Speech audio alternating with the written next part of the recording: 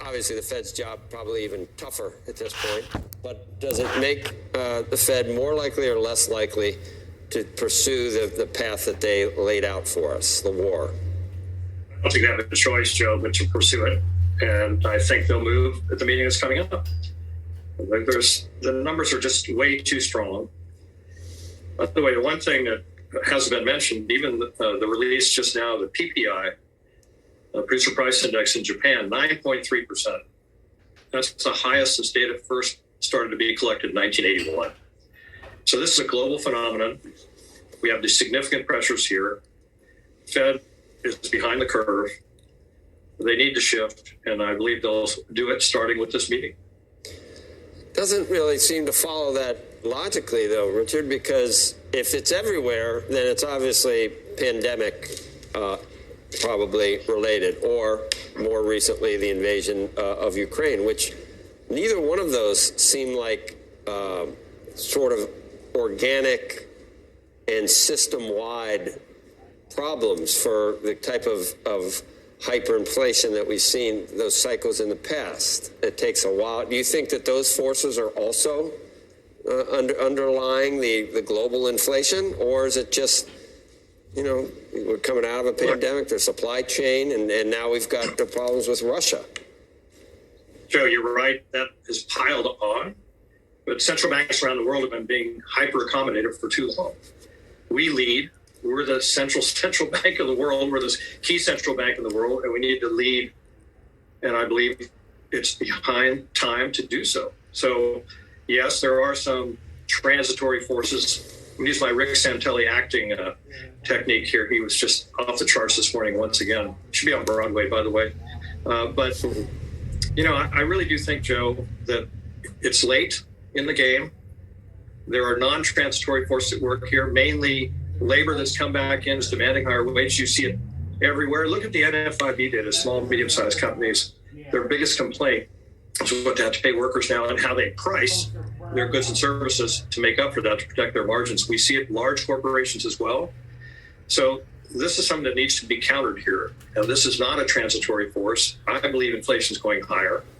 I also believe it's going to last longer than consensus.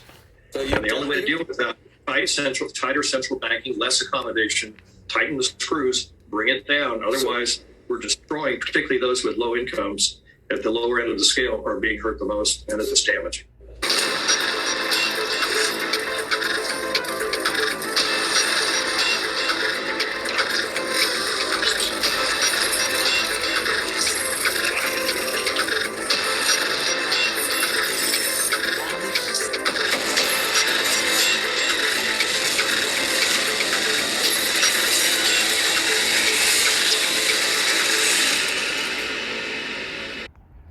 Good morning, 9:34 a.m. Eastern Standard Time on the East Coast in the United States of America.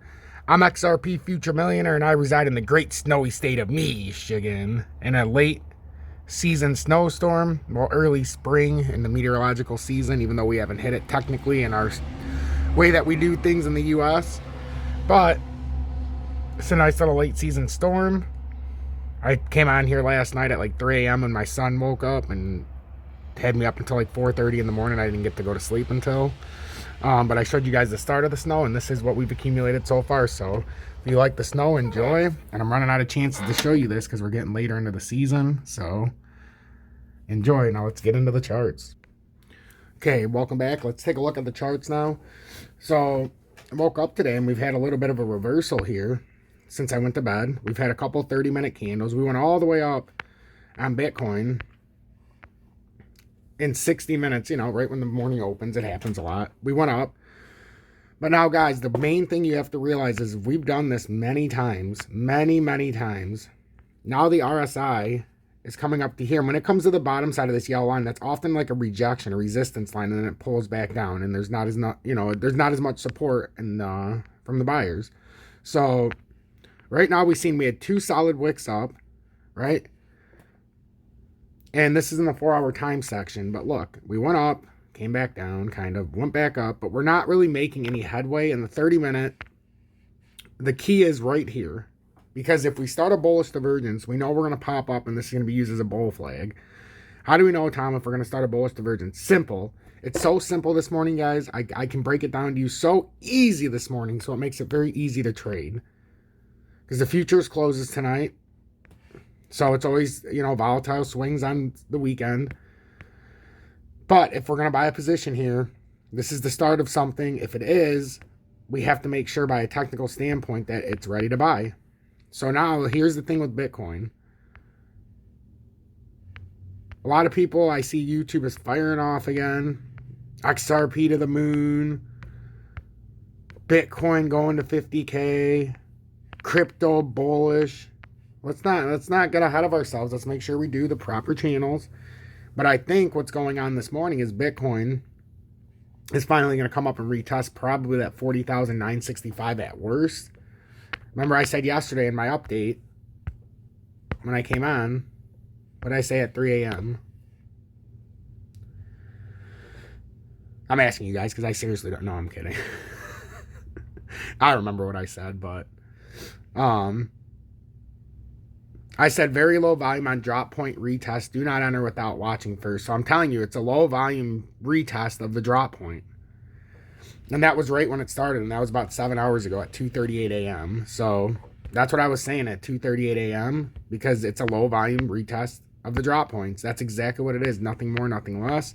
And I even said unless we get some volume in, we won't be able to get up to 40,965. After I fell asleep, what happened? Got a little bit of volume. So if this plays out like this, there should be no problem extending to here and finishing this off.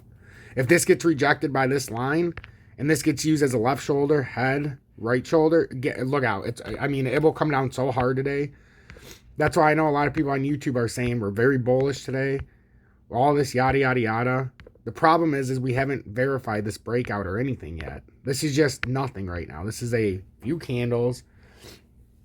And if this reverses back up, right now would be the time. If it fails this reversal up, it's going to turn into a right shoulder or it's going to turn into an M. So you got the sideways, you got this, right? And then it can come down and you'll have something like that. Or if this fails right here, you'll get this and it's going to end up looking just like the pattern. Or if it comes down and it just breaks here, you got a classic head and shoulders here.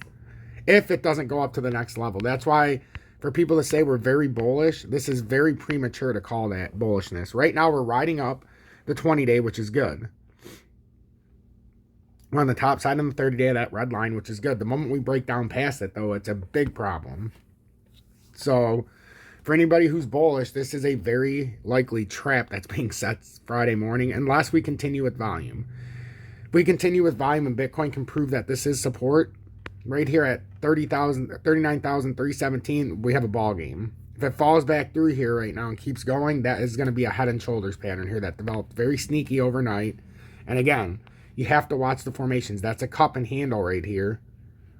So if it comes down and it doesn't hold this, that's a failed cup. If it holds this right here where it's at, that's a successful cup, and we can go up and finish the much larger cup to 41,000, or we finish to the support right there at 40,965 if we're able to hold this. I'm not convinced. When I wake up and start seeing all of YouTube saying that we're bullish, we're going to the moon again, to me this just seems like a drop point retest with no volume. Besides a few hours where we had a couple hours, like an hour maybe of volume. So I'm watching very closely, but I am not getting trapped in this.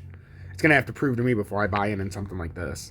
XRP, it's the same deal. It came through in a very small bullish divergence. But guys, the warning here is when you have these kind, they often tip back down and they come right back through instantly. So that's why this is a very critical candle here. The most critical candle of XRP in a month. This 4-hour candle, or this daily candle, is the most important candle for XRP in a month. Because we need to be over that so we don't break down.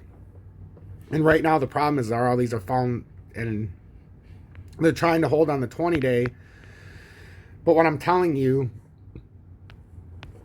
is oftentimes this little S pattern is very bearish at the end of these patterns. And they end up pulling down. But what I've been saying is if we hold this 17.8 support, we have a way to pull up now. We have this set up. We just have to hold that support and hold the 20-day. The problem is there's not very much volume, as you can see. The good thing is on the way down, the volume's crashing, so that could indicate that we still have a little level up, left to go. But this could also be a deception by the market. Pay attention to the video I showed before this because it really is spot on what's going on. So 2043, 1.64%. Again, we have this little weird S-style. We're trying to hold the 20-day in all of this. So the main thing is right now we got 1919 support, 2093 resistance. On XLM, we've got, man, we're coming right up to the 20-day as well. Like right up there. We've got 1719 support, 178 is the resistance here. Unless we hold this as support, then we've got 185 as resistance. And you can see we're at 17776 in our support line 178. So you can see we're being squeezed down, but it's not necessarily over yet until it breaks down. So what I'd be watching a synopsis is watch XRP. If it can hold the 73,967, we're going to have a retest of this drop point at about 78,141. We're going to take away this because that's not relevant. So right now, this is the relevancy. We have support underneath at 72.2. We're trying to make this 73,695 a support instead of resistance here at the 30-minute time frame in the 20-day. If we can do that, that'll open up the road up to approximately 78,141 for a pretty solid swing trade. It's not even a solid swing trade, but that would be your minimum move, assuming we break up. If we break down and this is a continuation to the downside, you're coming down to 6957 or 66.9 on the initial drop, and then you'll end up down at 62.3 to try to figure out at a pivot point. So make sure to hit that like button, turn that bell notification on, and subscribe to the channel if you're new or returning. Join Tom's Army, $9.99 a month. We have 264 members of Tom's Army. Get the exclusive Telegram that you can only get when you join Tom's Army. We get a lot of people that share stuff, and right now we've got one of our members, John, sharing 50 million XRP transferred from unknown to BuyThump. So that's a big whale. So this is what's going on. If you need more help, we got 260 people in here, and by joining this, you also are invited to my free classes on Tuesday, Thursdays, and Saturday, from 8 to 9 p.m. Eastern Standard Time. And all I ask for is a $5 donation. Remember, hashtag be better, do better, hashtag fight assassins, and remember, help one person each and every day, because if I don't do my part and you don't do your part, no one's going to do their part, and it's going to be a sad, sad, lonely world.